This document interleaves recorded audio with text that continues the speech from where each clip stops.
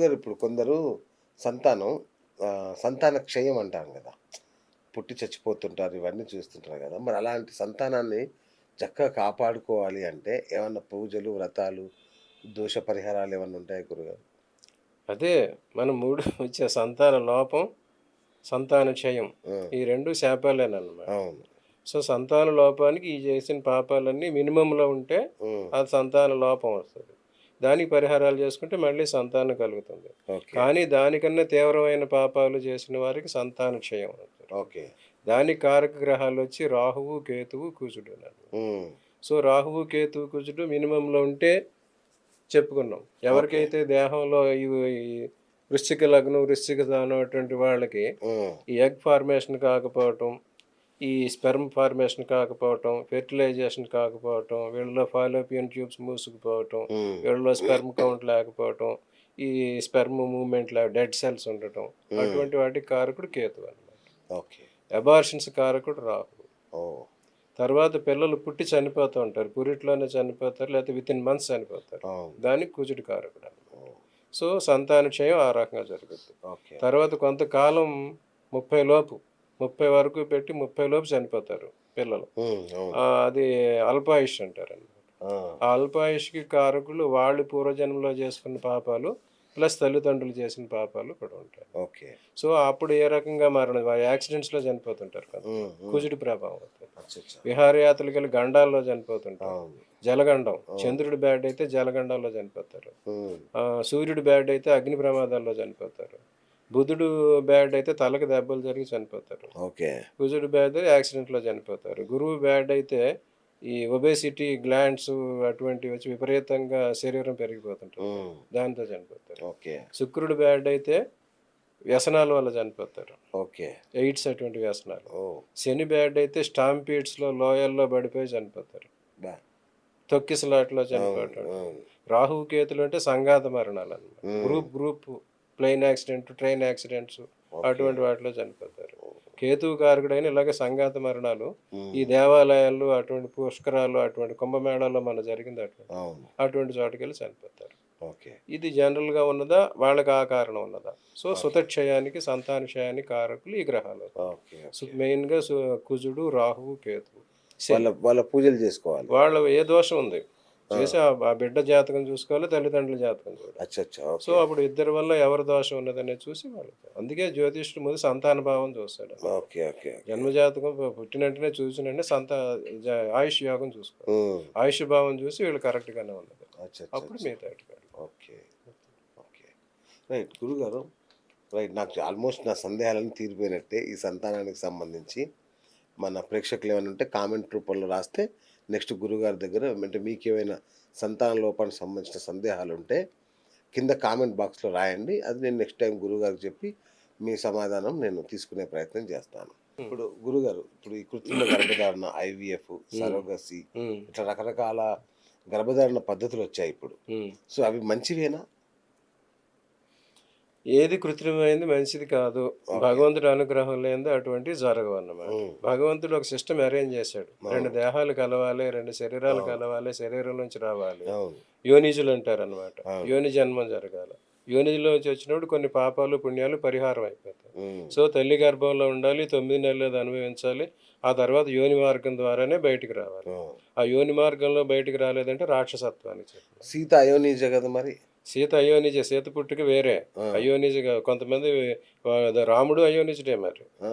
రాముడు ఆహ్, ప ప ఆ! దీనివల్ల వ్రతం అవునవును. దీనివల్ల పుట్టినవాడు. ప్రసాదం వల్ల పుట్టాడు గదా! పుట్టినవాడు. అవును. తల్లిదండ్రుల సంగమం వల్ల పుట్టినవాడు ఆ! కాదు. ఆ! ఆ రకంగా ఉంటదనమాట. సో, ఈ ఇదే చెప్పా. ఈ యాగాలు చేసినప్పుడు చెరువు అంటారనమాట. ఆ! ఒక పదార్థం తయారు చేస్తారు. చెరువు అంటారు. ఓకే. చెరువు. ఆ! ఆ చెరువిస్తారు. ఆ చెరువు తింటే వాళ్ళకి ఆ సంతానం కలుగుతదనమాట. ఓకే. So, okay. మానవ జన్మ యోనిజ యోని యోని మార్గం ద్వారానే రావాలి. రావాలి. అప్పుడు కొన్ని పాప పరిహారం అవుతాయి. ప్లస్ ఆ శిశువు భూపతనం చెందాలి. శిశువు పుట్టిన అవును. వెంటనే భూపతనం చెందాలి. ఓకే. అందుకే భూమాత అన్నారనమాట. అవును. మొదటి స్పర్శ శిశువుకి భూమి, భూమాత. హ్మ్. అప్పుడు భూమి తనలో రిజిస్టర్ చేసుకుంటది. వీడు నా బిడ్డ అని. ఓహ్! అందుకోసం 5, 6 ఏళ్ల దాకా పిల్లలు పరిగెత్తి పడినా, కింద పడినా వాళ్ళకి దెబ్బలు తగలవు. ఆ! ఆ అవును. భూమి కాపాడుతది. రెండో స్పర్శ తల్లి స్పర్శ రావాలి. మూడో మా స్పర్శ తండ్రి సార్ స్పర్శ రావాలి. మా పిల్లలకి కాలికి మట్టి అంటకుండా పెంచుతామంటారు కదా! అది అలా తప్పు. తప్పు. భూస్పర్శ అదే కావాలి. అంటున్నా. భూపతనం చెందాలి. ఓకే. నేను ఈ భూమి మీద పడ్డప్పటి నుంచే అంటారు. భూమి మీద పడటం ఆ! అంటే అది ఇదివరకు ప్రసవాలు నించోబెట్టే చేసేవారు. ఓహ్! అప్పుడు ప్రసవించిన శిశువు భూమి మీద పడాలి. భూపతనం. ఆ అబ్బబ్బా! భూపతనంతో భూస్పర్శ తగలాలి. భూమి ఆ! స్పర్శ తగలాలి. ఆ! అప్పుడు వాడికి ఇమ్యూనిటీ వస్తుంది. భూమి మీద పడిన తర్వాత దెబ్బ తగలదు. Next okay. స్పర్శ తల్లి స్పర్శ. మూడో స్పర్శ తండ్రి స్పర్శ. ఆ! కానీ ఫస్ట్ స్పర్శ ఎవరు? ఆ నర్సు. నర్స్. నెక్స్ట్ స్పర్శ డాక్టర్. ఉల్టా పెడతాడు. అవును. అవును. తర్వాత తీసుకెళ్ళి వాష్ చేస్తారు. పట్టుకొచ్చి అప్పుడు తల్లి పక్క పడతారు. అవును. వాళ్ళంతా ఏ పరిస్థితిలో ఉన్నారు? హ్మ్. హ్మ్. ఆ బిడ్డను ఫస్ట్ ముట్టుకున్న వాళ్ళ మానసిక పరిస్థితి ఎట్లా ఉంది? అవును. శారీరక పరిస్థితి ఎట్లా ఉంది? ఏ భావంతో ఉన్నారు? హ్మ్. అసలు గర్భం నుంచి బయటకు చీల్చుకురావటం వృశ్చిక లక్షణం. ఆ! వృశ్చికాలు గర్భం చించుకుని బయటకు పుట్టుకొస్తాయి. ఆ! అది ఆ లక్షణం. గర్భ విచ్ఛిత్తి. ఆ గర్భ విచ్ఛిత్తి రాక్షస జన్మ. ఆ హ్మ్. రాక్షస ప్రవృత్తి జరుగుతుంది. అబ్బబ్బా! ఆ రాక్షస ప్రవృత్తి సో, పెరిగిపోతుంది. ఆల్మోస్ట్ సహజ సహజ ప్రసవానికే మొగ్గు ప్రసవం చూపాలి. జరగకపోతే ఆ! ఇలాంటి అనర్థాలు వస్తాయి. అచ్చచ్చ! ఇంకా స్త్రీత్వానికి మెయిన్ పురుషుడు ఇందాక చెప్పుకున్నాం మనం. ప్యూబర్టీ నుంచి హ్మ్. స్త్రీ హ్మ్. హ్మ్. వస్తదనమాట. ప్యూబర్టీ వచ్చినప్పుడు వీరికి స్తన సంపద, మీస సంపద అది వస్తది. హ్మ్. కాటుక కంటి నీరు చనుకట్టు పయంబడయాల నేర్చదో గోటక దైత్యమర్దుని గాదిలి గోడల అన్నాడు పోతన. హ్మ్. కుచోన్నతే కుంకుమ రాగసోణే పుండ్రేక్షు పాశాంకుశ పుష్పబాణ హస్తే నమస్తే నమస్తే జగదేక మాత అన్నాడు కాళిదాసు. హ్మ్. వాళ్ళు కుచదృష్టి ఎందుకు చూశారంటే స్త్రీత్వానికి ప్రత్యేక కుచత్. రైట్. ఇప్పుడు అదంతా ఫ్యాషన్ అయిపోయింది. They are exhibiting their cleavage to attract. అవును. అది ఒక ఫెమినిటీకి సింబల్. బట్ ఆ! దాని సెకండ్ పర్పస్ ఉంది. అవి స్తన్యాలంటే పిల్లలకి క్షీరం ఇవ్వటానికి ఏర్పాటు చేసిన అవును. సిస్టమ్ అది. అంతే కదా! దాన్ని ఈ రకంగా వాడుకుంటున్నారు కానీ రెండో రకంగా వాడుకోవట్లేదు. ఓకే. నెక్స్ట్ ఇంకోటి ఏంటి స్త్రీత్వానికి పరిపూర్ణం గర్భధారణ. హ్మ్. ఆమె హ్మ్. ఎప్పుడైతే ఇప్పుడు ప్యూబర్టీ అనేది ఒక లెవెల్ అయితే అవును. సెకండ్ లెవెల్ గర్భం ధరించిన వాళ్ళకి సీమంతం అని చేస్తారు. అవును. అక్కడ కొన్ని ప్రక్రియలు ఉన్నాయి. పెళ్లిలాగా చేసి ఆ! అవి చెప్తే సీమంతం అని చేస్తారు. సీమ అంతం అంటే సీమ అంతం. అంతవరకు ఆమె కన్య.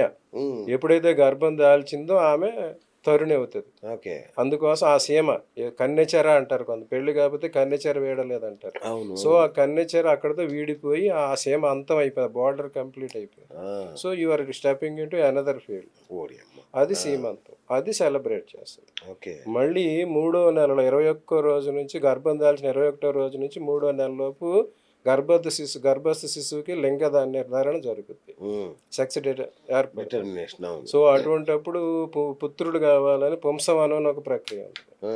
అది చేస్తారు. పురుషులు కావాలంటే అన్నీ ఆ! చేస్తారు. అదేంటంటే ముందు ఆ కాలంలో పుత్ర సంతానం ముందు కావాలి ఆ! అనేది చేసుకుని ప్రక్రియలు. ఇలాగ ఒక్కొక్క లెవెల్‌లో ఒక్కొక్క సిస్టము కొన్ని ప్రక్రియలు ఉన్నాయి. రైట్. అవన్నీ ఎవరు చాటట్లేదు. చేయట్లేదు. ఇప్పుడేంటి పిల్లల్ని కంటమే నామోషి అయిపోయింది. నామోషి అయిపోయింది. గర్భధారణ ఇంకా నామోషి అయిపోయింది. ఆ గర్భం ధరించటమే అవును. వాళ్ళకి అవమానంగా జరిగి వేరే అర్ధ గర్భంలో అవునండి. పెడుతున్నారు. అవునండి. సో అర్ధ దారుణం. గర్భంలో పెరిగిన వాడు ఎంతసేపు 9 నెలలు తల్లి స్పర్శ వాడికి 9 నెలలు ఉంటుంది. ఏ గర్భంలో వాడైతే పెరిగాడో ఆమె వాడికి తల్లిగా అవుతుంది తల్లి తప్ప కింద. ఈమె అవును. కాదు. కరెక్ట్. కరెక్ట్. సో ఆ పరిస్థితి చేసినోడు తల్లిని ఎలాగో విద్వేషణ వస్తుంది. హ్మ్. వాళ్ళు ఉండరు అనమాట.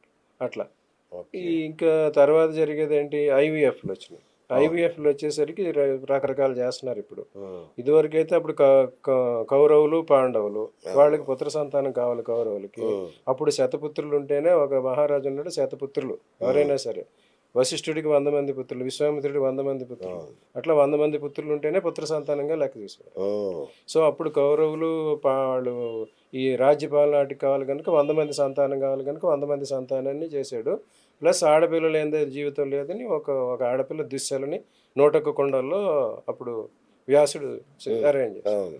ఇప్పుడు అదే సిస్టమ్ ఇప్పుడు డాక్టర్స్ కూడా చేస్తున్నారు. ఓకే. కానీ ఏం చేస్తున్నారు? They are doing the same. అవును. ఫెర్టిలైజ్ చేయటం, మగ ఆడ అవును. అలా చేయటం. అవును. నెక్స్ట్ ఇంకోటి కావాలంటే ట్విన్స్ చేయటం. హ్మ్. ఆ ట్విన్స్లో మళ్ళీ ఇందాక ఇద్దరు మగ ఇద్దరు ఆడ, అవును. ఆడ మగ ఇట్లా చేయటం. హ్మ్. ఇన్ని రకాల టెస్ట్ ప్రక్రియలు చేస్తున్నారు. ఓకే. చేసి వీళ్ళు ఏదడితే అది నుంచి మిగతా వాటిని వాళ్ళు తీసేస్తారు. డిస్ట్రాయ్ చేసేస్తారు. హ్మ్. అది దట్ ఈజ్ ఈక్వల్ టు భ్రూణ హత్య, అంతే అబార్షన్ కదా! అంటారు. అవును. ఆ పాపం వాళ్ళకు కూడా. బా! ఇప్పుడు ఏదో దీనికోసం ధనం కోసం వాళ్ళు చేస్తున్నాం అనుకుంటున్నారు. హ్మ్. వారి నెక్స్ట్ జనరేషన్ ఏమైపోతుందో వాళ్ళు చూసుకోవాలి. బా! బా! బా! ఓకే. వాళ్ళకి అనపత్య యోగం అటువంటివి వస్తాయి. ఓకే. సో మానవ జన్మ ఇచ్చింది ధర్మార్థ కామ మోక్షాలు పాటించి ధర్మంగా బతికి అర్థం సంపాదించి కామ్యాలు తీర్చుకుని మోక్షం పొందండి అనేది ప్రక్రియ. అవి మానేసి ఆల్టర్నేట్ మెజర్స్ కానీ డిఫరెంట్ మెజర్స్ కానీ చేసుకునేప్పుడు ఇలాగ రాక్షస ప్రవృత్తి రాక్షస సంతానం కలుగుతుంది. దాంతో వచ్చే అనర్థాలు చూస్తున్నాము. అవును. ఇదివరకు ఏంటంటే సంతానానికి ఎక్కువ ప్రాధాన్యత ఇచ్చి 10 మంది మినిమం 10 మంది అయినా సంతానం ఉండేవారు. అవును. ఇప్పుడు దేశకాల పరిస్థితులను బట్టి భగవంతుడే దాన్ని తగ్గించేశాడు. తగ్గించేసి అప్పుడేంటి ఇంత సైన్స్ ఇవి లేక పుట్టిన వాళ్ళు ఎంతమంది బతుకుతారో ఎంతమంది ఉంటారో తెలియక అంతమందిని కన్నారు. ఇప్పుడు అన్ని టెక్నాలజీ డెవలప్ అయ్యి ఎవరెవరు ఉంటారనే తెలిసింది. కనీసం ఇద్దరు సంతానం, కనీసం ముగ్గురన్నా ఉండటం బెటర్ అన్నమాట. అలా ఒక్కరినే కంటున్నారు గురుగారు, దారుణం. కాకవంచ అంటారు తెలుసా? అరటి చెట్టు అని ఒకటి, అరటి చెట్టు ఒక గెలే కానీ దాన్ని నరికేస్తారు, మళ్ళీ దానికి ఇక రాదు, జన్మ లేదు. సో ఎవరైతే ఒక్కళ్ళే బిడ్డలు కన్నారు ఒంటి గొడ్రాలు అంటారు, కాకవంచ అంటారు అనమాట. అదొక శాపం. ఓకే. ఆ కాకవంచల మొహమే చూడకూడదు అంటే, ఒంటి గొడ్రాలు దాని మొహం చూడకూడదు. అసలు పుట్టుగొడ్రాలు, అసలు బిడ్డలే పుట్టిన దాని మొహంలో చూడొచ్చు, కానీ కాకవంచి మొహం, ఒంటి గొడ్రాల మొహం చూడొద్దు అంట. ఓడి అమ్మ. ఇప్పుడు ఒక్కొక్క పిల్లలు అందరూ గొడ్రాల కింద లెక్క కాకవంచలు. అదే వాళ్ళు చేసుకున్న పాపమే, పూర్వజన్మ పాపమే. ఇప్పటికైనా పరిహారం చేసుకోండి. Right right right. ఇన్ని రకాలు.